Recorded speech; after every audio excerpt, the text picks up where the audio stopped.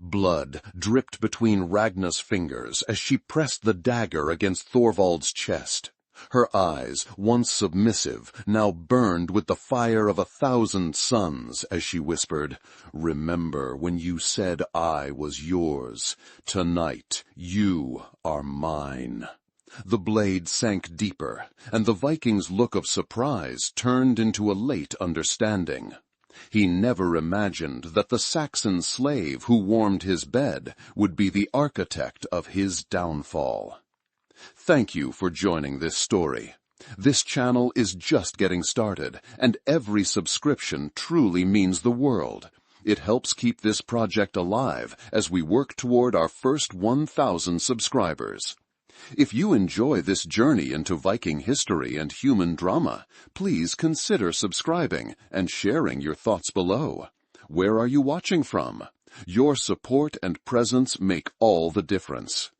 The dawn had barely begun to spread its pale light over the rugged coastline when Thorvald Ragnarsson's longship cut silently through the cold, dark waters of the North Sea. The air was thick with a biting chill that seemed to seep into the bones, carrying the faint, briny scent of salt and seaweed. A heavy mist clung to the fjord's edges, blurring the jagged cliffs and dense pine forests that framed the village of Ravnholm. The village itself, nestled in a narrow cove, lay quiet under the heavy gray sky, its wooden longhouses dark and still, save for the occasional crackle of a dying hearth fire or the distant cry of a gull. Thorvald stood at the prow of the drakkar, his gauntleted hands gripping the carved dragon head that led the way. His broad shoulders were wrapped in a thick wolf fur cloak, the dark strands matted from salt and sea spray. His face bore the marks of many seasons at war, lines etched deep around his cold blue eyes, and a jagged scar that ran from his temple to the corner of his jaw. His dark blonde beard, streaked with gray, was braided tightly, a symbol of his standing among the Vikings. Despite the weariness of the journey, his posture remained rigid, his gaze sharp and unyielding. Behind him, the ship's deck bore the spoils of their recent raid, crates filled with stolen silver, bolts of fine cloth torn from Saxon homes, and a handful of captives, tattered, frightened souls who had been dragged from their villages and now sat in sullen silence below deck. Among them was Aethelflaed, a young woman whose golden brown hair hung in tangled strands, her pale face streaked with grime and tears, yet her posture refused to break. She sat with her back straight, eyes fixed on the floorboards, as if willing herself to vanish into the shadows. The biting wind whispered among the oarsmen as they rowed steadily, the rhythmic splash of water muffled beneath the hull. The smell of wood smoke drifted faintly from the village, mingling with the scent of wet earth and pine needles. The cold air bit at exposed skin, and the low clouds overhead promised a harsh spring storm. Thorvald's mind was a storm of conflicting thoughts, even as his body remained taut with the cold and tension. The victory of the raid swelled within him, a fierce pride mixed with unease. His men had returned with treasure and captives, but the cost lingered just beneath the surface, a price paid in blood and broken bonds. As the drakkar slid into the fjord's calm waters, Thorvald's sharp eyes caught sight of the longhouses and smoke curling from chimneys. The village of Ravnholm, home to his clan, was waking slowly, its people stirring from deep slumber to face another day in the unforgiving northern wilderness. The settlement was small but hardy, a cluster of wooden homes and workshops protected by a stout palisade. The longhouse where Thorvald and his family lived stood at the center, its great wooden beams blackened by years of smoke and weather. The air inside the hall would soon fill with the mingled scents of burning peat, cured meats, and the sharp tang of iron from the blacksmith's forge. Soon the voices of children and the clatter of daily chores would rise in the open courtyard, but for now the village was a fragile stillness balanced on the edge of day. Thorvald's arrival was met with a mixture of respect and guarded curiosity. His warriors disembarked, their boots heavy against the wet planks of the dock, their faces streaked with grime and exhaustion. Some carried their spoils with pride, others bore the grim weight of their wounds. Among them, Thorvald's gaze sought the figure waiting for him on the shore, his wife, Sigrid Halvardsdottir. Sigrid stood tall and composed, her pale hair braided with silver ribbons that caught the faint morning light. Her blue eyes, sharp and calculating, flicked over the returning warriors. Her finely woven dress, dark as the storm clouds overhead, bore the subtle sheen of wealth and status. As Thorvald approached, her expression hardened, a silent reminder of the fragile order she maintained within the household and the clan. Dragging the reluctant captive behind him, Thorvald's voice carried across the distance. "This is my choice from the raid," he declared, voice firm and unapologetic. The captive, Aethelflaed, was pulled forward, her gaze forced upwards for a brief moment before dropping again, unwilling to meet the eyes of those who saw her as nothing more than spoils. Sigrid's lips pressed into a thin line, her hands tightening briefly at her sides before she nodded. There was no need for words. She understood the code of power and possession that governed their world. Public dissent would bring dishonor not only upon her husband, but upon herself and their children. The weight of the moment settled heavily on Aethelflaed's shoulders as she was led into the longhouse. The great hall was dim and cold, its hearth barely sputtering with dying embers. The scent of smoked meat and damp wood mingled with the stale odor of sweat and unwashed bodies. The walls, lined with shields and weapons, seemed to watch silently as the girl was thrust into the coldest corner. Her body trembled, the thin linen of her prison-like dress offering little protection against the biting air. She wrapped her arms tightly around herself, trying to hold back the tears that threatened to spill. Memories of home, of her father's hearth, her mother's gentle hands, the laughter of her brothers, flooded her mind, sharp as blades. Her family, her people, now reduced to smoke and ash in the wake of the Viking raid. But even in that crushing despair, Aethelflaed's spirit remained unbowed. Her back straightened, her green-gray eyes glinting with defiance no captor could extinguish. She was no longer merely a daughter of Wessex. She was a prisoner, a slave, but not broken, not yet. Days bled into one another beneath the harsh rule of Sigrid, whose cold gaze and sharp tongue made clear the Saxons' place in their world. The tasks assigned were cruel and humiliating. Scrubbing floors slick with animal fat, emptying chamber pots beneath the sneering eyes of other servants, laboring in silence while the Viking household feasted and laughed. Yet through it all, Thorvald's gaze lingered. There was a restless fire in those eyes, sometimes cold and appraising, other times dark with a desire that unsettled her more than the harshest labor. He watched her as though measuring the weight of a blade before the strike. His presence was a shadow that stretched over her every moment, a constant reminder of her captivity and his dominance. One morning, as pale light filtered through the smoke-stained windows of the longhouse, Gyda approached her quietly. The old slave woman moved with a slow, deliberate grace, her weathered hands clutching a bundle of herbs wrapped in a piece of rough cloth. "Here," Gyda whispered, her voice low but steady, "for the pain you must endure. The body remembers what the heart cannot forget." Aethelflaed took the herbs with trembling fingers, gratitude flickering beneath her exhaustion. The old woman's blue eyes held a wisdom born of decades spent in servitude and survival. Gyda had seen many come and go, some broken, others transformed. She was a living testament to endurance. "Learn their tongue," Gyda advised one night as she tended to a bruise on Aethelflaed's arm. "Know their words, their customs. In knowledge you hold a blade sharper than any forged from iron." The words took root in her mind. She began to observe silently, catching fragments of conversations, tracing the harsh consonants and rolled R's of the Norse language.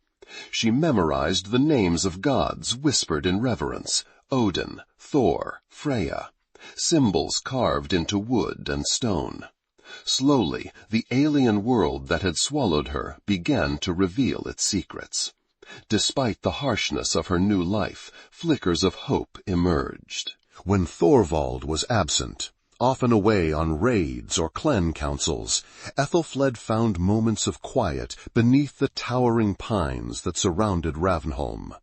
The forest was dense and foreboding, but its shadows offered refuge from the prying eyes of her captors. Here she could breathe deeper, feel the rough bark beneath her fingertips, listen to the distant howl of wolves echoing through the valleys. It was in the smithy, a small hut thick with the scent of burning coal and molten metal, that she first encountered Leif. The young blacksmith paused his hammering, wiping his brow as he glanced toward the trembling figure at the doorway. His eyes, a warm brown, held no scorn but a quiet compassion rare in this place. "You do not belong here," he said softly, motioning her inside. "But perhaps, in time, you can forge a new place, like the iron I shape, strong, unyielding." With Leif's cautious friendship and Gyda's guidance, Aethelflaed began to weave herself into the fabric of this strange land. She learned to speak in hushed tones, to read the subtle shifts in alliances and rivalries that pulsed beneath the village's surface. She discovered that even among Vikings, loyalty was brittle, and honor often masked darker ambitions. Sigrid watched with cold calculation, her icy eyes never missing a movement. Yet she said nothing. The wife of a warrior knew the power games that ruled their lives, and sometimes silence was the deadliest weapon. In the nights when Thorvald returned to the longhouse, his exhaustion softened his edges, and Aethelflaed became Ragna, the consort, the shadow at his side. She learned to mask her pain behind a veneer of obedience, to smile faintly as she whispered words that soothed his ego and stoked his pride. But beneath the surface, her mind churned with plans, threads of vengeance and survival woven together, waiting for the right moment to unravel. The world of Ravnholm, harsh and unyielding, was a crucible, and in its fire, Aethelflaed, the Saxon slave, was beginning to forge a new self, a force as relentless and fierce as the Viking seas that surrounded them. The dawn's pale light had barely touched the roofs of Ravnholm when a faint, desperate sound reached Ragna's ears, a soft, ragged whimper that cut through the usual morning stillness like a blade through cloth. She was moving through the narrow alleys behind the longhouse, her steps quiet and tentative, the coarse wool of her tunic brushing against the rough timber walls. The village was just beginning to stir. Smoke still curled lazily from crooked chimneys, and the air smelled of damp earth and wood smoke. Curiosity, sharpened by the survival instincts that had long replaced fear, pulled her toward the sound. She rounded a corner, heart quickening. There, huddled beneath a sagging cart, was a small figure, a child no older than 7 winters, pale and trembling, eyes wide with terror and unshed tears. The boy's tangled hair was matted with dirt, and his thin frame was wrapped in a threadbare cloak that offered little shield against the chill that still lingered in the air. Ragna's breath caught. The child's presence here was an undeniable sign that even in this harsh world the vulnerable remained, forgotten, abandoned. Yet to help was to risk attention, suspicion, and punishment. The longhouse was no place for mercy, especially for a Saxon slave with her precarious position. The boy's eyes locked onto hers, raw and pleading. "Please," he whispered, voice barely audible. "I have nowhere to go." Her mind raced. Who was he? A thrall lost from another raid? An outcast cast aside by his own?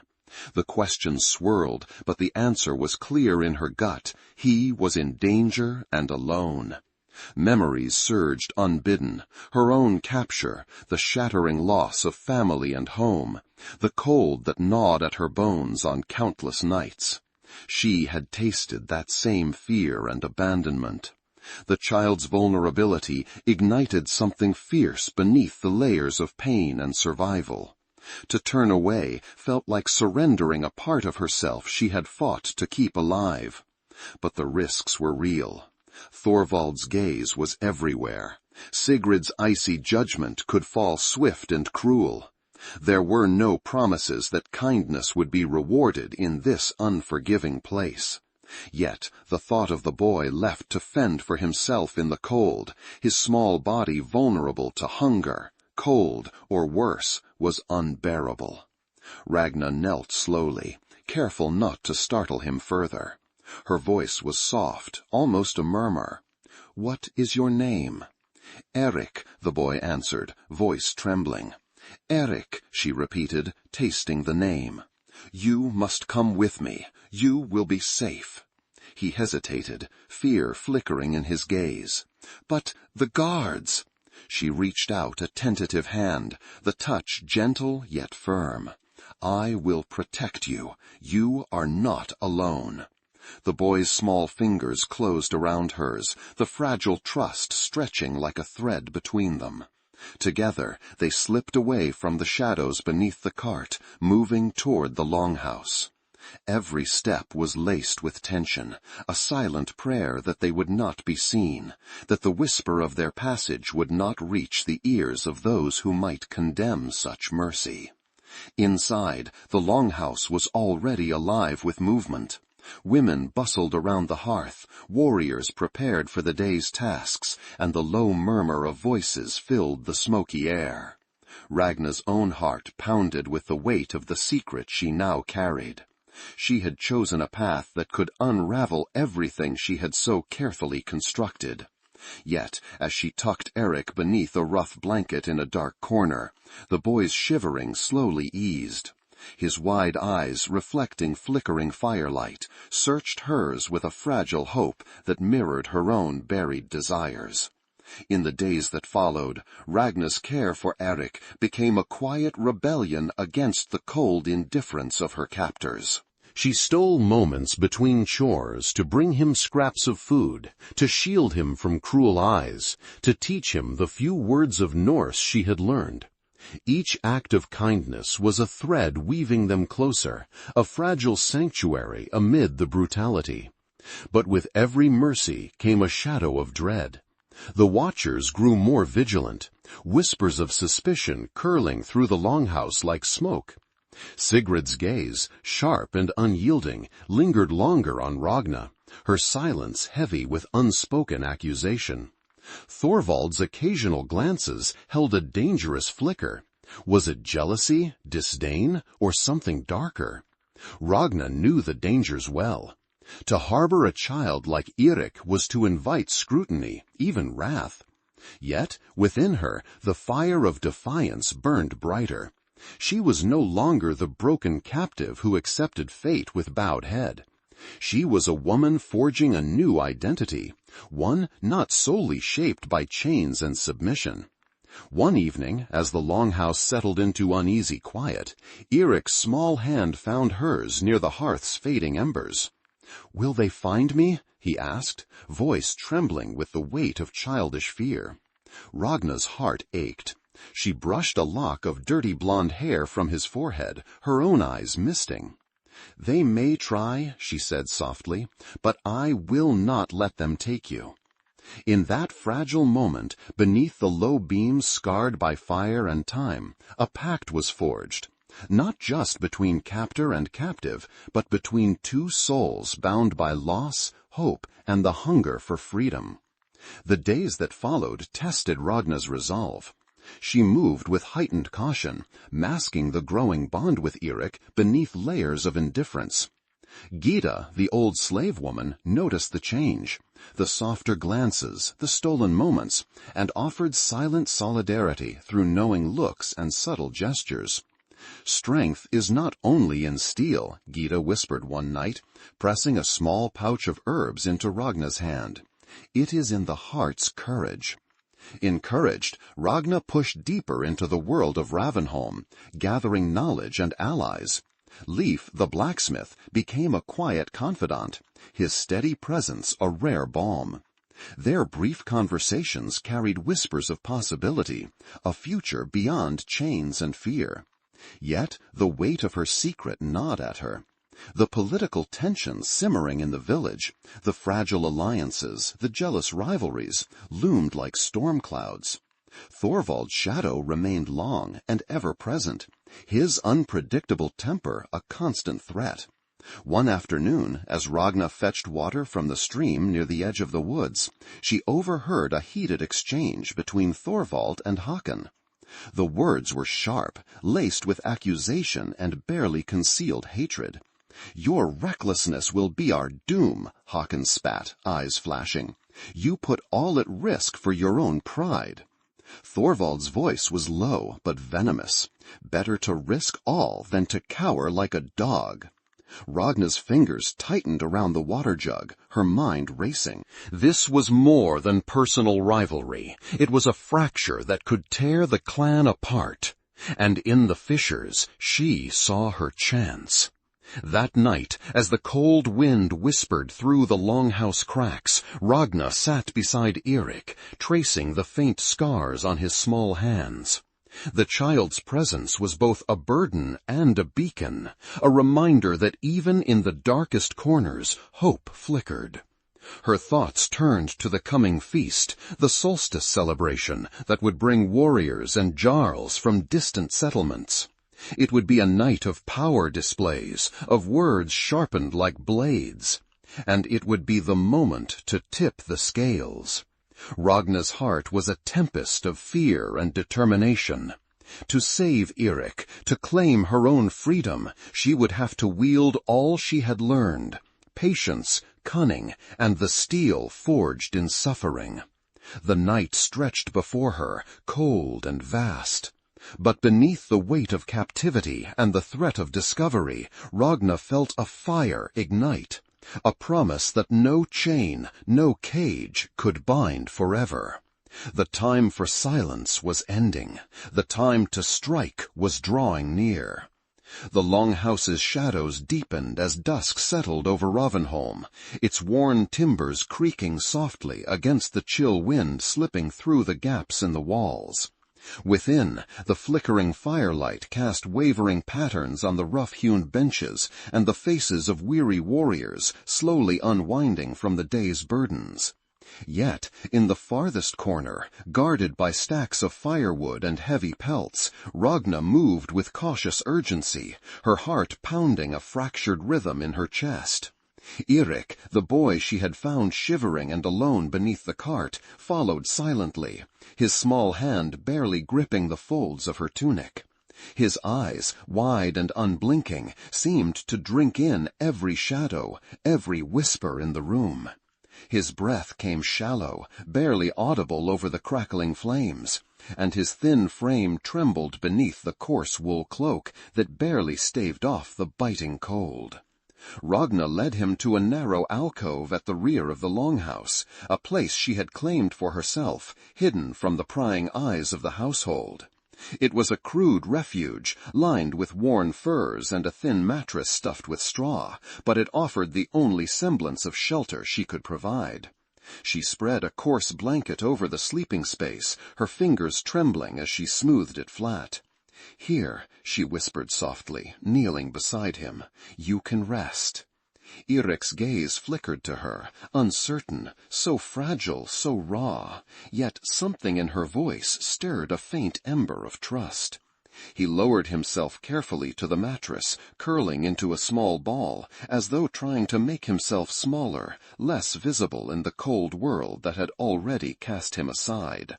Ragna reached into her satchel and pulled out a small piece of dried bread, crumbled and hard, but a treasure in this place, and some thin slices of salted meat she had hidden from the kitchen scraps. She pressed them gently into his hands. "Eat," she encouraged, watching as his fingers fumbled with the food, the hunger evident even beneath his fear. His lips parted, a soft murmur escaping, an unfamiliar word that was neither Norse nor Saxon. Ragna paused, studying the boy more closely. His accent was strange, his tongue clumsy with the sounds she barely understood. His clothes, though tattered, bore an embroidered emblem, a small silver wolf clasp fastened to his cloak, worn but unmistakable. A token of a family long lost or hidden, perhaps. "Who gave you that?" she asked, her voice barely more than a breath.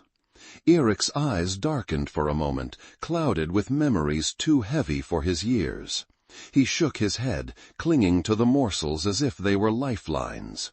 His small shoulders trembled as he chewed slowly, the hunger overpowering the fear for a brief moment. Ragna's gaze softened, the hardness forged by her own suffering yielding to a fragile empathy. She gently brushed a strand of tangled blonde hair from his forehead, her fingers lingering on the faint traces of dirt and bruises that marred his pale skin. The boy was no different from herself in many ways, cast into a world where survival was a daily battle, where innocence was a currency quickly spent. The firelight danced in her green-gray eyes as she reached into her satchel again, this time pulling out a small bundle wrapped in linen. Gyda's gift, an assortment of herbs and salves to soothe wounds and ease pain. She carefully unwrapped it, revealing a coarse salve that smelled faintly of pine and earth.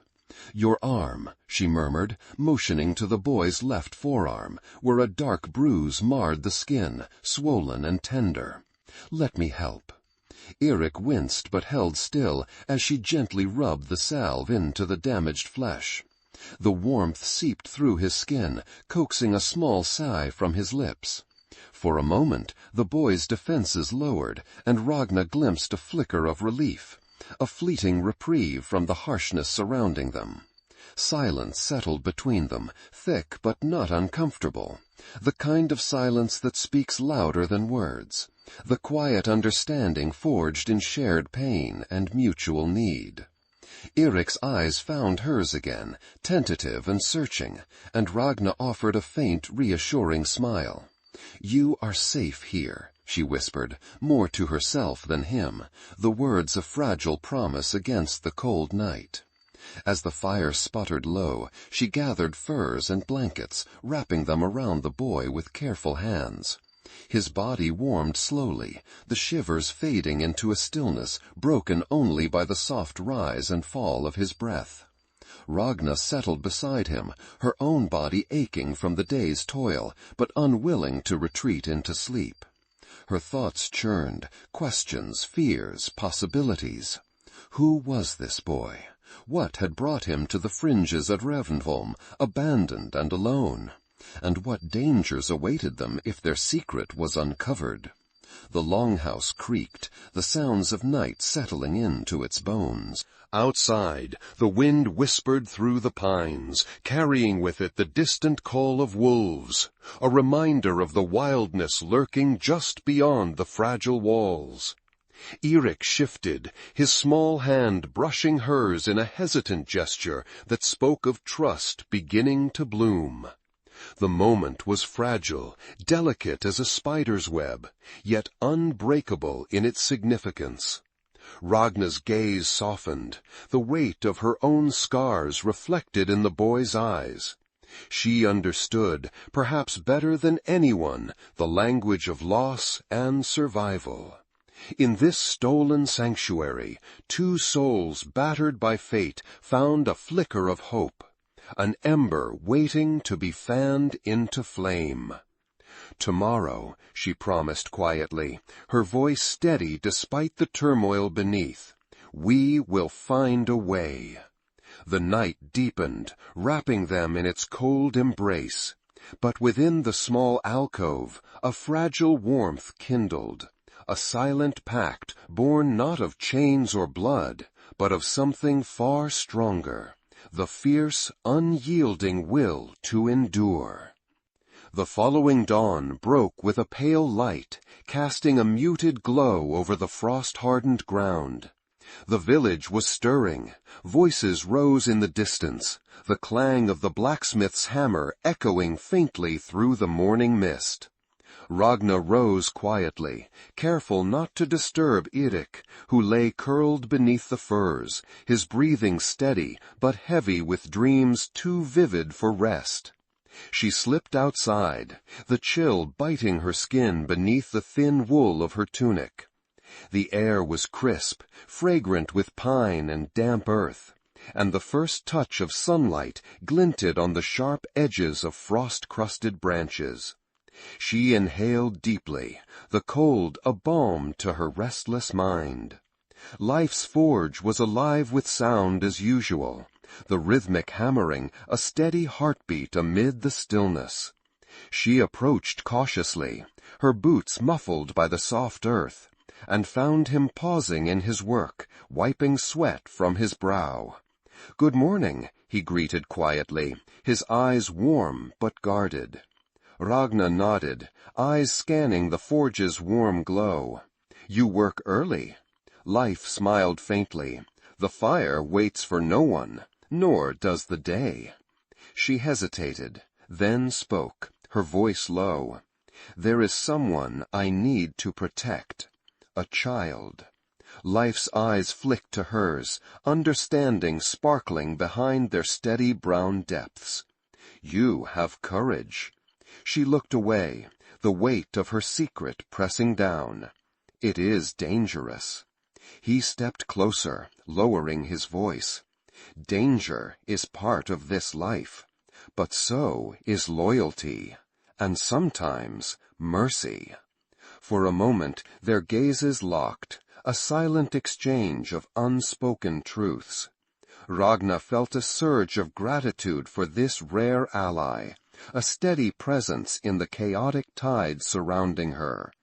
Returning to the alcove, she found Eirik awake, his eyes wary but brightening at the sight of her. She knelt beside him, offering a small bowl of warm broth, thin but nourishing. The boy's fingers trembled as he took it, the simple gesture a beacon in the darkness. Together they shared the meager meal in quiet companionship. Words were scarce, but in their shared silences trust deepened. Eric's small hand found hers again, a fragile tether to a world that had forgotten him. As the day unfolded, Ragna moved with purpose, balancing the demands of her servitude with the careful guardianship of the boy. Each glance over her shoulder, each whispered warning from Gyda, reminded her of the tangled web she now navigated. Yet, beneath the weight of fear and uncertainty, a seed of hope took root. Nurtured by small acts of kindness, the forged bond between two souls seeking sanctuary amidst the harshness of their world. And in the shadows of Ravnholm, where the cold North Sea winds howled and ancient gods watched silently, a new chapter began, one written not in chains or bloodshed, but in the quiet courage of a Saxon slave and the boy she vowed to protect. The days that followed wove a tapestry of stolen moments and guarded trust.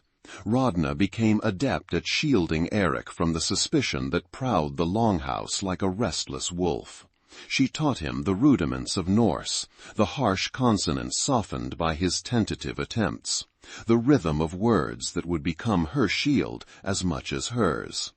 Gyda's presence was a balm, her steady hands and quiet wisdom guiding Ragna through the subtle arts of healing and disguise. She taught them how to mix herbs into teas that eased restless nights, how to bind wounds to avoid infection, how to move silently through the longhouse so as not to draw the unwanted gaze of Sigrid or Thorvald. One evening, as the fiery glow of the hearth painted the walls with dancing shadows, Gyda pulled Ragna aside, her voice a gravelly whisper. "You carry more than a child's burden, girl. You carry a storm." Ragna met her gaze, the weight of her resolve mirrored in the old woman's eyes. "I will weather it." Gyda nodded slowly, then pressed a small carved wooden token into her palm, a simple rune, a symbol of protection, for strength when the night grows darkest. The token was rough in Ragna's hand, yet it felt like a talisman forged from the very essence of survival. Outside, the wind howled through the pines, carrying with it the promise of change. Within the longhouse, beneath the fragile veneer of peace, the currents of power shifted, unseen yet undeniable. And at the heart of it all, Ragna and Eirik held fast to their fragile sanctuary, two souls bound by loss, guarded by courage, and propelled by the quiet fire of defiance. The path ahead was shrouded in uncertainty, but for the first time since her capture, Ragna dared to believe in a future not dictated by chains, but carved by her own hand. The longhouse rested uneasy beneath the gathering storm, but within its walls a silent revolution had already begun. The fragile quiet that had settled over Ravenholm was beginning to fray, stretched thin and taut like the worn leather bindings of a long-forgotten shield. Whispers slithered through the longhouse's timbered halls, shadows twisting and stretching as rumors took root and grew into something darker. The delicate balance Ragna had so carefully cultivated threatened to shatter beneath the weight of suspicion and fear. It began with small signs, missing scraps of food here, furtive glances there. Sigrid's sharp eyes caught nuances unnoticed by others. A door left slightly ajar, a cloak draped too hastily over a hidden corner, a child's laughter muffled behind stacked barrels. Her silence was a blade in itself, slicing through the household's calm with icy precision. Though she offered no words, her presence weighed heavily like a winter frost, chilling the spirits of all who dwelled under her roof.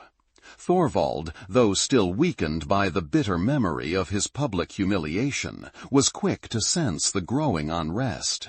His wounded pride simmered beneath his skin, manifesting in restless pacing and abrupt bursts of anger. The longhouse seemed to shrink around him, walls closing in as threats multiplied like raven wings in the gathering storm. "Weakness breeds chaos," he muttered one evening, voice rough with resentment, as he slammed his fist against the wooden bench. "This is not the way of the shield-bearer." His gaze flickered toward Ragna, the woman whose quiet defiance had unraveled his carefully constructed facade. "And yet, chaos grows beneath my roof." The word chaos clung to the air, a warning whispered from mouth to mouth. Among the warriors and servants, the lines between loyalty and fear blurred, shifting like the currents of the sea. Some cast wary glances at Ragna, questioning the Saxon's place in their midst. Others whispered darker suspicions, their voices low, but heavy with accusation. Gyda watched the growing storm with a weary heart, the creases in her face deepening as worry gnawed at her. She moved through the longhouse like a shadow, offering quiet comfort where she could, a steady hand to ease bruises both physical and unseen. Her knowledge was a tether in the chaos, but even her wisdom could not shield them from the gathering dangers. One morning, as pale light spilled through the narrow windows, Ragna found herself summoned to the hall's center.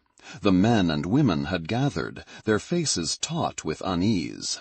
Håkon Eriksson stood among them, his imposing figure casting a long shadow.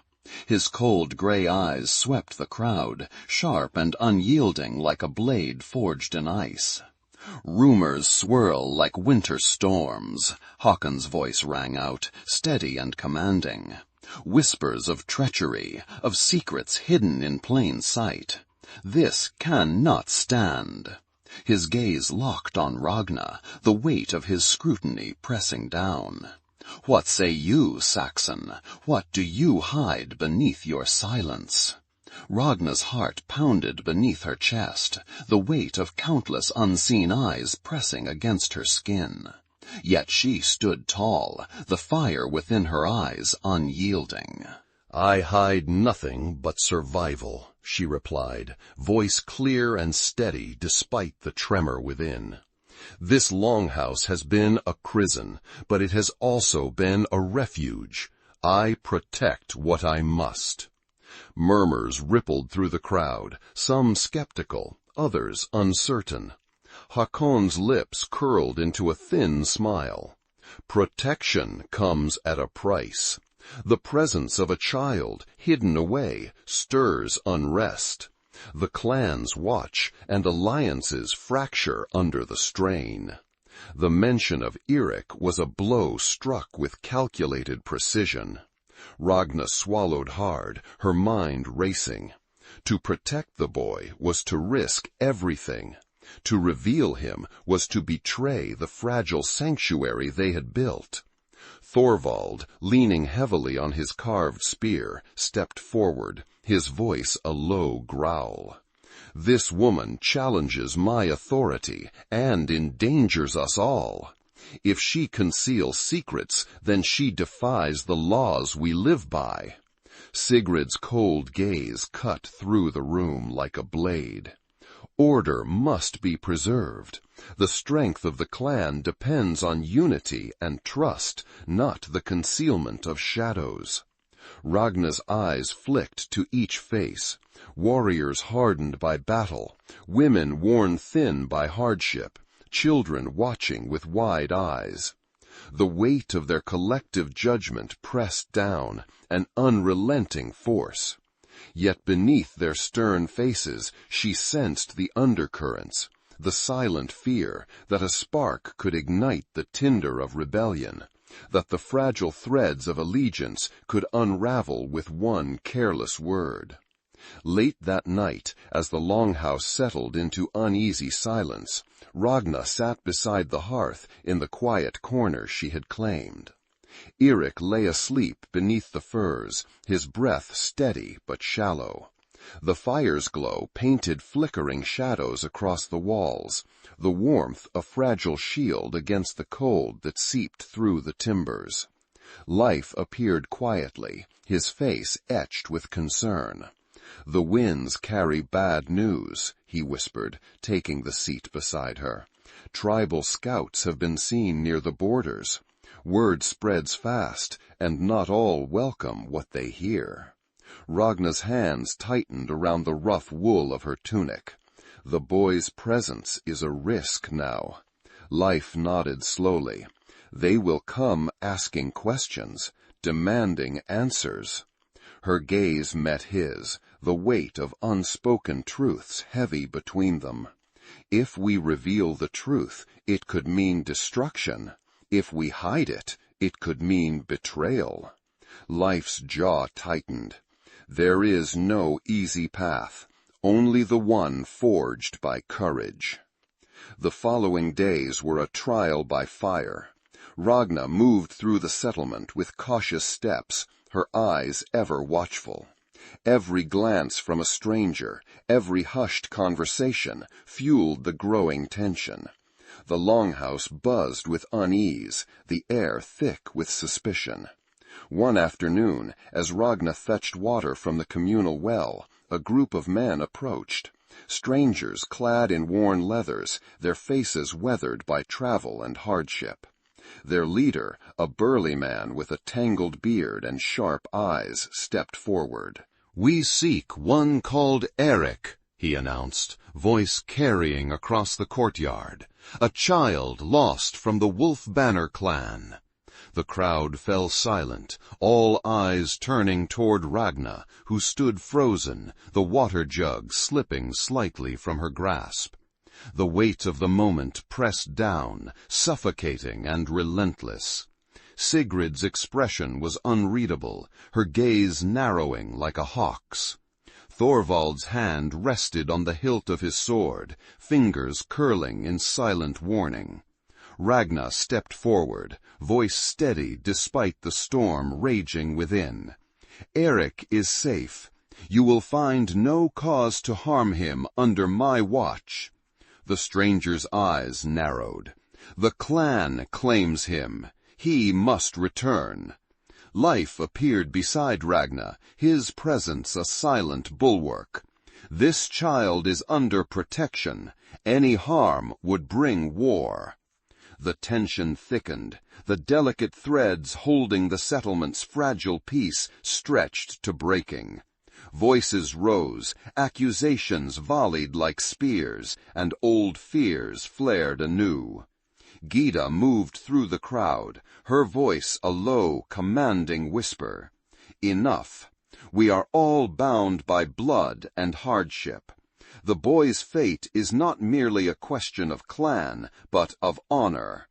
Her words hung in the air, a call to reason amidst the mounting storm. In the days that followed, the Longhouse became a crucible of whispered negotiations and veiled threats. The presence of the Wolf Banner scouts was a constant shadow, a reminder that the world outside Ravnholm was no longer distant, but encroaching. Ragna faced sleepless nights, haunted by the dilemma that tore at her heart. To protect Eric was to risk the wrath of rival clans and the fragile unity of her new home. To surrender him was to betray the bond forged in shared survival and the promise of a future beyond chains. Her resolve hardened like steel tempered in fire. She would not bow to fear or submission. The path forward was uncertain, fraught with peril, but it was hers to choose. As winter's chill deepened, the Longhouse stood at the threshold of change. Old alliances would be tested, new loyalties forged. And at the heart of the coming storm was a woman who had transformed from captive to warrior, a woman named Ragna, whose spirit burned brighter than the coldest northern night. In the cold dawn, as the first snowflakes drifted silently from leaden skies, Ragna held Eric close, eyes scanning the horizon where the world beyond waited, unforgiving, dangerous, but ripe with the promise of freedom. The Longhouse trembled beneath the weight of whispered threats and simmering rage. Outside, the wind howled with a fury that seemed to echo the turmoil within its timbered walls, rattling shutters and stirring loose straw on the floor.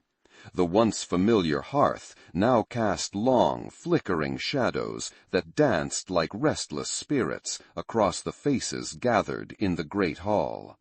Warriors, servants, and kinfolk filled the space, their expressions taut with unease, suspicion, and the heavy burden of impending judgment. Ragna stood near the center, her posture unwavering, though every muscle in her body coiled tight like the spring of a drawn bow.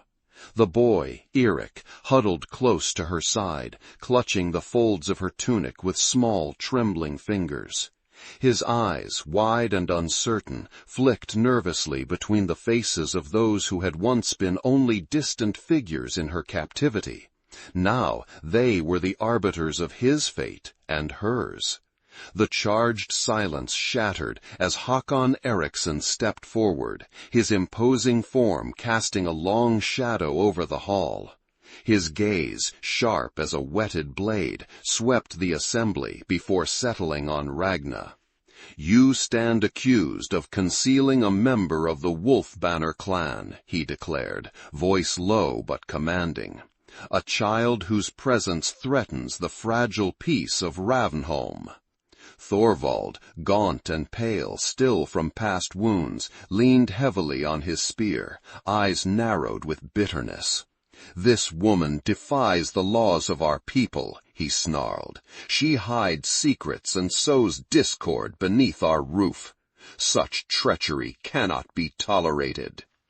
Sigrid's face was a mask of icy resolve, her eyes gleaming with the cold certainty of one accustomed to wielding power through silence and calculation. "The clan's trust is fragile," she intoned, her voice smooth yet filled with unspoken menace. "A secret kept in shadow breeds suspicion and stirs unrest among friends and foes alike." Murmurs rippled through the crowd, a low tide of uncertainty and fear.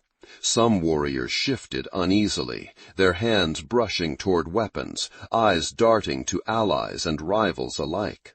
The fragile web of alliances wavered on the edge of collapse, frayed by suspicion and the weight of ancient grudges. Ragna's heart thundered within her chest, but her voice emerged steady and clear, cutting through the brewing storm. "Eirik is no threat to this longhouse. He is a child, lost and alone, who found refuge here, not by my choice, but by necessity. I guard him as I guard my own life." She met Hakon's gaze squarely, refusing to flinch beneath the intensity of his scrutiny.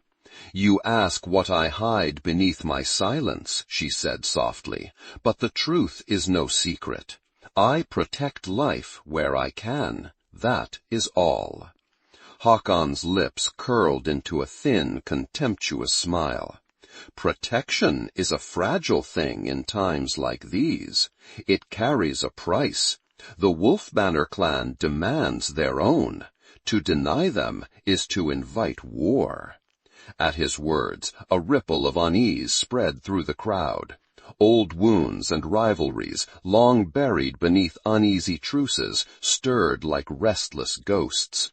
The threat was real, and the cost of defiance could be devastating. Thorvald stepped forward, voice sharp with conviction and venom.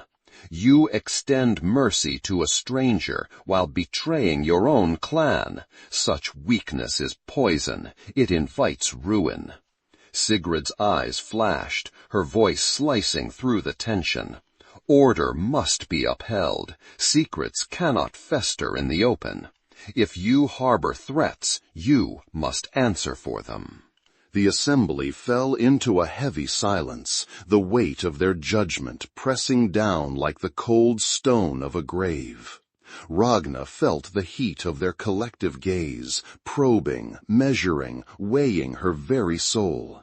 Gyda, the old slave woman, moved slowly to Ragna's side, her presence a quiet fortress amid the storm.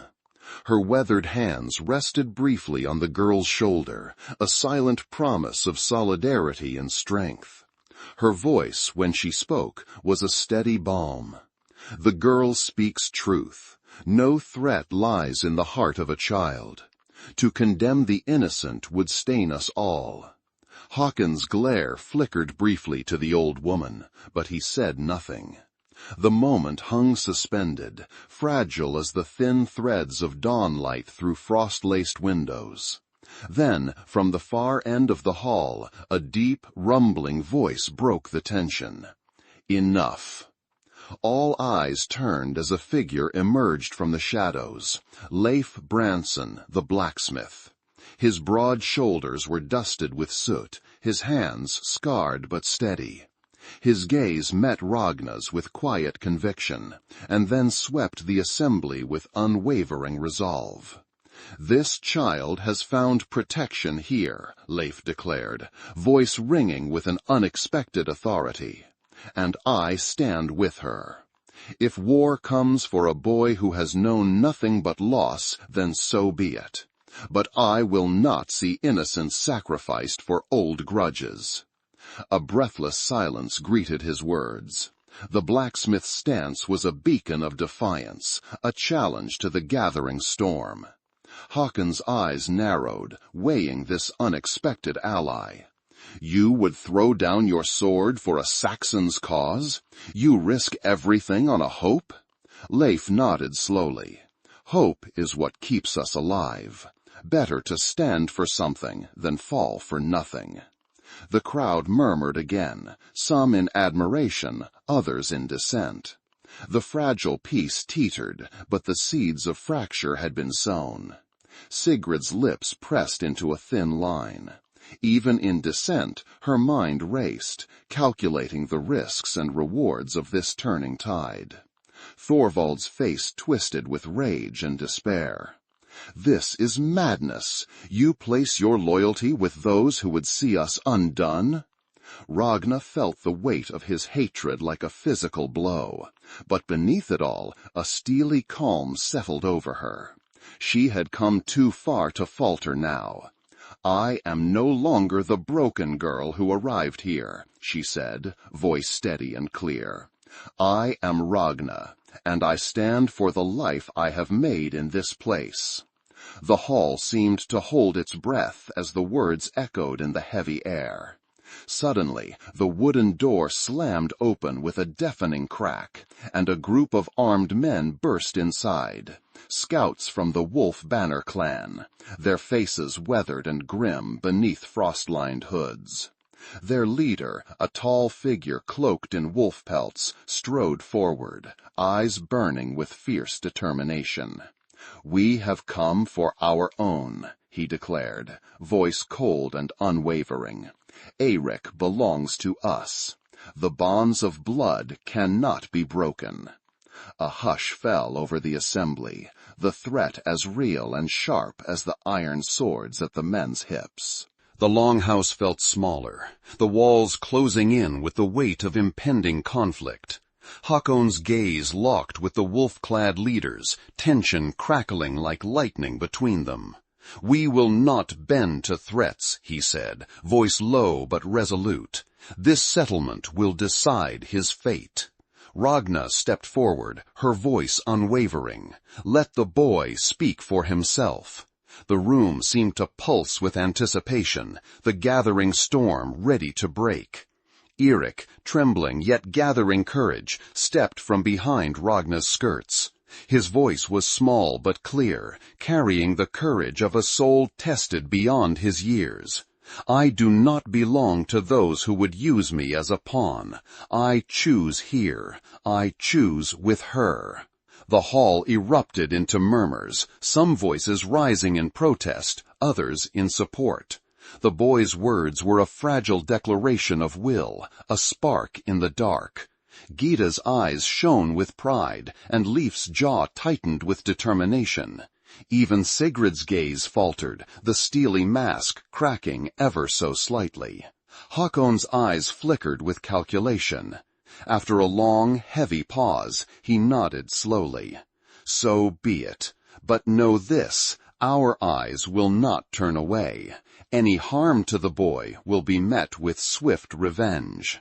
The wolf-clad scouts relaxed slightly, tension easing but not dissipating. Thorvald, defeated and pale, stepped back, the fire in his eyes extinguished by the weight of truth and circumstance. Sigrid's lips pressed into a thin, contemplative line, her mind already weaving new alliances from the threads of necessity. The hall slowly emptied, the storm passing, but the ripples of upheaval lingering. Ragna remained, holding Eirik close, the weight of survival and hope resting heavily on her shoulders. In the days that followed, Ravnholm began to shift. Old enmities softened by the fragile peace, new bonds forged through shared hardship and cautious trust. Ragna's place grew, not as a captive or a shadow, but as a woman who had carved her own destiny from the cold earth and harsh seas. Leif stood by her side, the forge their sanctuary, where iron and flame shaped not only tools, but futures. Gyda's wisdom lingered like a protective spell, a reminder that knowledge and courage could bend the hardest steel. And Eirik, once lost and alone, found a home, not just in the longhouse of Ravenholm, but in the heart of a woman who had transformed pain into power, captivity into freedom. As spring's first light touched the snow-melted earth, Ragna gazed out over the fjord, the waters calm and endless. The wind whispered promises of change and new beginnings. She was no longer the girl taken from Wessex, nor merely a shadow in a Viking hall. She was a force forged in fire and ice, a spirit unbroken, a soul reborn. The longhouse behind her stood battered but unbowed, a testament to survival and the fragile, fierce hope that even in the darkest nights, dawn must come. The first light of dawn crept softly over the horizon, casting a gentle glow upon the rugged landscape surrounding Ravenholm. The snow was beginning to melt, revealing patches of earth that had lain hidden beneath winter's icy grip. Birds stirred in the thickets, their songs tentative yet hopeful, as if sensing the fragile peace settling over the longhouse. Inside, the scent of burning peat mingled with the faint aroma of herbs, a quiet testament to the life slowly rekindling within these weathered walls. Ragna sat near the hearth, the steady warmth soothing her tired limbs. Eirik slept soundly beside her, his small chest rising and falling in a rhythm that was no longer haunted by fear. The boy's face, once pale and drawn, now held a soft glow, one born from safety and the promise of belonging. For a moment she allowed herself to breathe in the stillness, to feel the weight of their survival settle like a balm on her soul. Across the room, life worked quietly at the forge, the rhythmic clink of his hammer against iron, a steady heartbeat in the background. His presence was a comfort, a reminder that even in this world of harsh winds and darker shadows, there existed a strength forged not only in steel, but in loyalty and compassion. When their eyes met, a silent understanding passed between them, one born of shared trials and unspoken hopes. The events of the previous days still lingered heavily in Ragna's mind. The confrontation in the Great Hall, the arrival of the Wolf Banner Scouts, the raw courage of a boy who had claimed his own fate. All these moments had carved deep lines into the tapestry of their lives. Yet, amid the turmoil, something new had taken root, a fragile thread of trust, fragile but unbroken. Word of Eirik's acceptance by the clan rippled through Ravenholm like a slow-moving tide. Soldiers who had once regarded the boy with suspicion now offered nods of cautious respect. The women of the household, hardened by years of toil and loss, softened in their gazes, seeing in Eirik a reflection of their own struggles to survive. Even Sigrid, with her unyielding demeanor, had begun to shift, the cold edge in her eyes dulling ever so slightly in recognition of the changing tides. Ragna knew this peace was tenuous, a fragile balance struck not by grand gestures, but by countless small acts of courage and compromise. It was a beginning, not an end, and it demanded vigilance as much as hope. One crisp morning, as frost still clung to the branches outside, Ragna found herself summoned to the great hall once again. The room was filled with the clan's leaders, their faces marked by weariness and the weight of recent decisions. Hakon stood among them, his austere gaze fixed upon her with an intensity tempered by grudging respect. "You have proven yourself beyond mere survival," he began, voice steady and deliberate.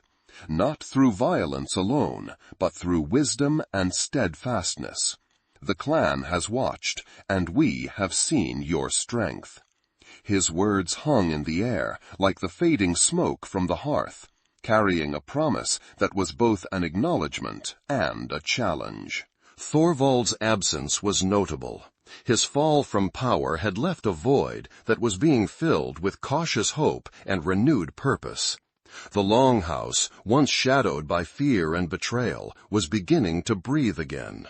Sigrid, seated nearby, regarded Ragna with a complex expression, part acknowledgement, part wariness. "The tides have shifted," she said quietly, "and with them the fate of many." Ragna met her gaze without fear. "I seek not to replace what was lost," she replied, "only to build what can endure." Gyda, ever the silent sentinel, nodded approvingly from the corner. Her years had taught her that survival was not merely the absence of death, but the presence of will, the courage to shape one's own destiny, even when the odds seemed insurmountable. In the days that followed, the rhythms of life in Ravenholm began to find a new harmony. Eirik grew stronger, his laughter breaking through walls that had long echoed only with silence. He learned the language and customs of the Norse, his small hands growing skilled in the simple crafts taught by the women of the household. His presence became a symbol not of division, but of unity, a living testament to the power of compassion in a world often ruled by steel. Ragna's own place shifted as well. No longer merely a captive or concubine, she embraced a new role, one forged in the fires of hardship and tempered by the bonds of community. Her hands, once trembling with uncertainty, now moved with quiet confidence, weaving together the threads of her past and present. Leif's forge became a sanctuary, not only for the shaping of iron, but for the forging of futures. The blacksmith and the woman who had once been a slave found in each other a partner bound by understanding and mutual respect. Their conversations, often hushed in the evenings, were laced with plans that reached beyond the immediate struggles, their voices carrying dreams of a life not defined by chains, but by choice. One evening, beneath a sky heavy with stars, Leif placed a small, finely wrought brooch into Ragna's hand, a simple piece of bronze shaped like a knot, symbolizing strength and continuity. It was a gift, but more than that, it was a recognition of the woman she had become.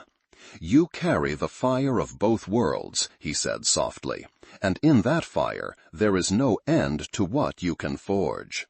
Ragna's eyes shimmered with unshed tears. The weight of her journey settled deep within her heart. "Sometimes I wonder if I am still Aethelflaed," she whispered, voice trembling with emotion, "or if Ragna is who I was always meant to be."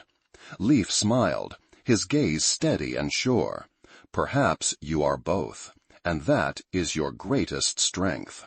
Amid the ever-present cold and the long shadows cast by ancient pines, a new day was dawning, not only for Ragna and Eirik, but for Ravenholm itself. The settlement, battered by storms both literal and human, was learning to heal. Old wounds would never fully fade, but in their place grew the possibility of something more enduring: trust, community, and the fragile bloom of hope. Gyda's lessons lingered in Ragna's mind, the knowledge that even in darkness light could be found, that survival was as much about spirit as about strength. The old woman's presence was a constant reminder that history was not only written by kings and warriors, but by those who dared to dream of freedom amid chains. Ragna often found herself standing at the edge of the fjord, the cold wind tugging at her hair, the vast expanse of water stretching endlessly before her. In those moments she felt the weight of both worlds, the Saxon girl stolen from her home, and the Viking woman shaped by fire and ice. The sea, eternal and unyielding, whispered its secrets, and she listened as a soul tempered by loss and resilience. Eirik, now more confident and curious, would often join her, his laughter mingling with the wind as he chased the gulls or pointed toward distant horizons. Their bond was a living testament to the unexpected paths forged by fate and courage. The longhouse, once a place of shadows and fear, now echoed with the hum of life. Voices raised in song, the clatter of daily chores, the quiet prayers whispered to gods old and new. The delicate balance of power had shifted, not by the edge of a sword alone, but by the strength of a woman who had refused to be broken. Ragna's story was no longer just one of captivity and vengeance. It had become a saga of redemption, resilience, and the unyielding will to carve a place in a world that sought to erase her. In the cold, unforgiving north, she had found a new kind of freedom. Not the kind won by conquest, but the kind born from understanding, courage, and the quiet power of the human spirit. And as the sun rose higher over the fjord, casting golden light upon the snow-melted earth, Ragna knew that whatever storms lay ahead, she would face them not as a slave, but as a woman forged in fire, tempered by loss, and free in heart. The soft murmur of the fjord's waters mingled with the distant call of seabirds as the village of Ravenholm stirred to life beneath a pale spring sun. The air carried the faint scent of pine and damp earth, a delicate promise of renewal after the long, brutal grasp of winter. The longhouse, once a place shadowed by fear and whispered rumors, now stood resilient, its timbered walls breathing the cautious hope of a people learning to heal. Ragna often stood at the edge of the village, the breeze tugging gently at the hem of her cloak. Her eyes traced the familiar contours of the fjord's calm surface, the water reflecting a sky soft with the blush of dawn. The snow that had once blanketed the ground in cold silence had melted away, revealing patches of moss and wildflowers pushing through the thawing soil. It was a landscape transformed, much like the woman who gazed upon it, scarred but unbroken, tempered by hardship, and yet carrying within her the quiet promise of something new. Beside her, Eric's small hand found hers, his grip warm and sure. The boy's eyes shone with a curiosity that no longer trembled with fear. He had grown in these months, not only in stature, but in spirit. The jagged edges of his past softened by the steady presence of the woman who had risked everything to protect him. Together, they were no longer prisoners of circumstance, but architects of their own fate. The village had changed as well. The longhouse was alive with the rhythm of daily life, the smith's hammer ringing out against the anvil, the steady hum of voices sharing news and laughter, the scent of fresh bread and burning peat weaving through the open doorways. Where once suspicion and silence had ruled, now there was cautious conversation and the tentative weaving of new alliances. Leif's forge, a beacon of warmth and light, stood at the heart of this renewal. The blacksmith worked steadily, his hands skilled and sure, shaping not only iron, but hope. His friendship with Ragna had blossomed into a quiet partnership, one born not of romance, but of mutual respect and the shared knowledge of what it meant to endure. Often, when the sun dipped low and the village quieted, they would sit side by the fire, their conversation weaving dreams of futures unspooled from the harsh threads of their past. Gyda, the village's elder and keeper of ancient knowledge, continued her quiet vigil. Her eyes, though softened by age, still held the sharp wisdom of a lifetime spent observing the fragile balance between life and death, hope and despair. She moved through the village like a living memory, her presence a gentle reminder of continuity in a world forever shifting. Sigrid, too, had altered her stance. Though still wrapped in fabrics of dark wool and silver brooches, the cold calculation that once defined her gaze had softened, tempered by the unfolding realities of loss and survival. She had learned, perhaps grudgingly, that power was not solely maintained by fear or dominance, but could be sustained through pragmatism and the willingness to embrace change. Hakon Eriksson, now firmly entrenched as the village's jarl in Thorvald's absence, moved with a cautious authority. His sharp gray eyes scanned the horizon constantly, Aware of the delicate peace he had inherited, and determined not to let it dissolve into chaos. The rivalries that had once threatened to fracture Ravenhall still simmered beneath the surface, but for now they were held in check by the hard-earned respect for those who had proven themselves, especially Ragna. At the center of this fragile order was Ragna herself, a woman reborn from the ashes of captivity and betrayal.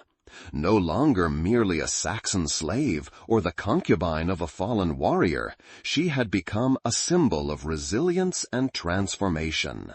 Her hands, once soiled with servitude, now bore the calluses of labor and craft. The small bronze brooch life had given her, a knotwork symbol of strength and unity, rested pinned over her heart, a quiet emblem of her journey. She had accepted her new name, Ragna, not as a surrender, but as a testament to the forging of identity through suffering and strength. It was a name whispered in respect by the villagers, a name that carried the weight of her choices and the hope of what was yet to come. The child at her side, Eirik, had become more than a symbol of defiance. He was a living bond between Saxon and Norse, a bridge between cultures once at war. His laughter echoed through the longhouse courtyard, mingling with the clang of tools and the murmur of prayers to gods both old and new. He learned the language of the Vikings with a growing fluency, his small fingers tracing the runes carved into wooden talismans. Yet beneath it all, the boy carried the quiet dignity of his lost heritage, a reminder that identity was never lost, but could be reshaped. One afternoon, as the sun cast long shadows over the village, Ragna made her way to the edge of the forest. The scent of pine and wildflowers filled the air, the ground soft beneath her boots. She paused by a cluster of stones arranged in a simple cairn, the resting place of those lost in battles past, including Thorvald's brother, Ulfar. The place was hallowed, a silent testament to the blood spilled and the promises broken. Her fingers traced the rough edges of the stones, the memories of betrayal and vengeance, still sharp, but tempered by the passage of time.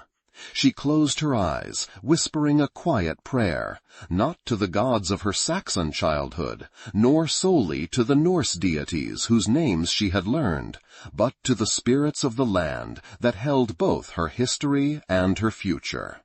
Behind her, a figure approached, Life, his face shadowed, but his eyes steady.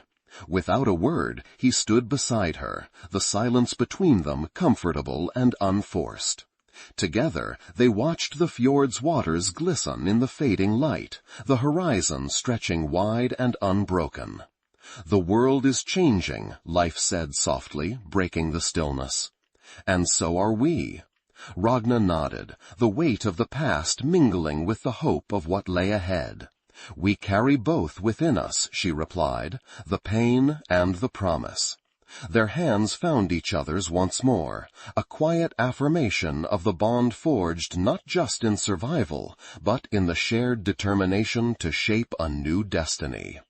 Back in the village, the longhouse bustled with preparations for the coming solstice, a celebration not just of the turning of the seasons, but of the fragile peace that had been won. Women embroidered banners with symbols of both Saxon and Norse heritage. Warriors polished their weapons, and children practiced songs in the mixed tongues of their blended lives. Sigrid stood among them, her gaze lingering on Ragna as the young woman moved through the crowd with a steady grace. There was no longer bitterness in her eyes, but a recognition of the strength it took to endure and the courage to forgive. Hakon watched from a distance, his jaw set, but his expression softened by the knowledge that leadership required adaptation. The old rivalries that had once threatened to sunder the village were still present, but they no longer defined its future. Instead, it was shaped by the shared stories of hardship and the quiet determination of those who had chosen to build rather than destroy. Gyda, seated by the hearth, smiled faintly as her gaze settled on Ragna and Eirik. The old woman's hands, weathered and wise, rested lightly on her lap, a silent blessing for the paths yet to be walked. The night of the solstice arrived with a sky clear and vast, stars glittering like scattered firelight against the deep black velvet of night. The village gathered around roaring bonfires, the flames casting dancing shadows on faces bright with anticipation and cautious joy. Singing rose into the air, a blend of ancient Norse hymns and Saxon chants, weaving together the threads of two worlds into a new tapestry. Ragna stood at the edge of the firelight, her eyes reflecting the flickering flames. She held Eirik's hand firmly, feeling the steady beat of his heart, a rhythm that echoed her own. She thought of the long journey she had taken, from a captive whose identity had been stripped away, to a woman who had reclaimed her voice and forged her own place in a world hostile and uncertain. The road had been steep and fraught with danger, but it had also been marked by unexpected kindnesses, hard-won alliances, and the enduring power of hope. As the night deepened, the village elder called for silence. Hakon stepped forward, his voice resonating across the crowd. He spoke of the past, of battles fought and lost, of betrayals and sacrifices, but also of the future, a future built on unity and trust. When his words ended, all eyes turned to Ragna. She stepped into the firelight, her posture calm and resolute. Raising her voice clear and strong, she spoke not just as a woman who had suffered, but as one who had triumphed in a different way. "We are all bound by the lives we choose to build," she said, "by the courage to face what comes, to protect what we hold dear, and to forge peace where once there was only war. Our strength lies not in the swords we bear, but in the bonds we create." A hush fell over the crowd, the weight of her words settling like a benediction. Then, slowly, the villagers began to applaud, the sound rising like a wave that swept through the longhouse and out into the night. In that moment, beneath the vast northern sky, Ravenholm was more than a settlement. It was a living testament to resilience, to change, and to the enduring human spirit. Ragna looked down at Eirik, his eyes shining with wonder and hope. She knew that the path ahead would not be easy, that storms would come again. But now they faced the future not as captors and captives, but as a community woven from shared pain and shared dreams. She was no longer just Aethelflaed, the Saxon slave torn from home. She was Ragna, the consolera, the counselor, the woman who had turned despair into strength, captivity into freedom. And as the bonfires crackled and the stars wheeled overhead, she felt the quiet certainty that her story was only just beginning. A story of renewal, of legacy, and of a new dawn rising over the cold northern seas. The fire crackled low in the hearth as the longhouse settled into a deep, trembling silence. Outside, the cold wind whispered through the pine trees, carrying with it the faint echoes of the distant sea. The embers glowed softly, casting flickering shadows that stretched across the worn wooden floor and danced upon the faces of those gathered. In this fragile quiet, Ragna sat near the hearth, her hands folded in her lap, eyes tracing the flames as if searching for answers hidden within their depths. The weight of recent days pressed heavily on her shoulders, days thick with peril and hope, with loss and new-found strength. The path she had walked was carved through fire and ice, through pain that both scarred and sharpened her. She thought of the girl she once was, Aethelflaed, the captured Saxon noble, stolen from a world of gentle hearths and green fields, thrown into the brutal embrace of a Viking longhouse. That girl seemed distant now, a shadow cast by the woman who had risen from ashes and chains to claim a new identity forged by will and resilience. A soft rustle beside her stirred her from the depths of memory. Eric, now no longer a frightened child, but a boy growing into his own strength, shifted closer. His small hand found hers, fingers curling gently around hers in a silent reassurance. The bond between them, born in desperation and nurtured in defiance, was a fragile thread woven into the tapestry of this harsh northern land. In his presence she felt the pulse of something indomitable, a spark of hope that refused to be extinguished. Ragna's gaze lifted to meet his, green-gray eyes reflecting the flickering firelight. The boy's face, once pale and haunted, now carried the tentative glow of belonging. There was a quiet courage in him, a resilience that even the coldest winds could not chill. She saw in him not just the future of a clan or a people, but the promise of new beginnings born from the ruins of old worlds. Her thoughts drifted to the figures who had walked beside her on this journey. The steady blacksmith with hands hardened by fire and faith. The wise old slave woman whose knowledge was a refuge amid chaos. The wary yet shifting faces of those who had once regarded her with suspicion, but had come to recognize the strength in her quiet defiance. Each had played a part, threads intertwined in the complex weave of survival and transformation. Outside, the night deepened, and the stars wheeled silently overhead. The distant howl of wolves echoed through the valleys, a reminder of the wildness that still lingered beyond the fragile safety of Ravenholm. Yet even the wilderness seemed tempered now, a world where the old ways met the new, where enemies might yet find common ground, and where a woman born of two worlds could carve a place not only for herself, but for those she loved. Ragna's hand tightened around Eric's, a steadying anchor in the shifting tides of fate. She thought of Thorvald, the man who had claimed her as possession, whose betrayal had sparked the fire of her vengeance.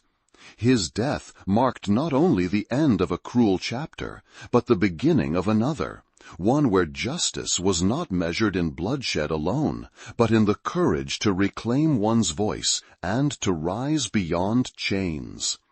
Her gaze fell once more to the fire, where the embers glowed faintly, promising warmth and light amid darkness. She whispered a prayer, not to the gods of her childhood, nor solely to those of the north, but to the spirits of both lands, to the fires of survival that burn within every soul denied freedom. The quiet of the longhouse was interrupted by a soft creak, and Leif stepped into the room, the faint scent of smoke and sweat clinging to him. His eyes met hers, steady and warm, and in that look was the unspoken promise of partnership, not born of conquest or submission, but of respect and shared purpose. He settled beside her, his hand finding hers in the firelight. Together they watched the dying embers, the silence between them filled with the weight of unsaid words and the strength of what had been endured. "This," Leif said quietly, "is changing, because of you, because of what you carry within." Ragna nodded, her voice soft but resolute. "I carry more than pain. I carry the hope that even in the harshest winters, life can bloom anew." The forge's steady glow in the distance echoed their resolve, a symbol of transformation through fire, a reminder that sometimes the strongest steel is forged in the hottest flames. Outside, the moon cast a silver path across the fjord's still waters, an invitation to journeys yet to come. Ragna's story was no longer one of a captive defined by loss, but of a woman who had shaped her own destiny. She had turned desire into vengeance, chains into strength, silence into a resounding voice. The longhouse of Ravenholm, once a prison of shadows, had become the cradle of her rebirth. As the night deepened, a gentle warmth settled over the village, a fragile peace earned in blood and courage. The people of Ravenholm, bound by shared hardship and newfound trust, had begun to weave a future together, fragile but unbroken. Ragna's gaze lifted to the stars once more. In their cold, distant light, she saw the reflection of her own journey, the struggle, the pain, but also the fierce, unyielding spirit that refused to be broken. Her voice, barely more than a whisper, carried into the night. From the darkest depths, the strongest flames arise. And with that, she turned toward the dawn yet to come, ready to face whatever storms might gather on the horizon. For in the end, she had learned that even in a world forged by steel and blood, the greatest strength lay not in the sword, but in the heart that willed freedom, and the courage to claim it. If you have traveled this path with her, if her story has stirred something within, then join us again. Subscribe, share, and stand alongside those who seek truth beneath the roar of battle and the silence of night. For every story told is a torch passed, a light carried forward through the long, cold northern darkness. And as the fires dim and the night grows still, remember, sometimes the quietest voices carry the mightiest storms. Thank you for journeying with us. Until the next tale unfolds beneath the Viking sky, may your spirit remain unbroken and your soul forged in fire. If you enjoyed this video, don't forget to subscribe. We're just getting started and we really need your support. And may the gods grant you a legendary life.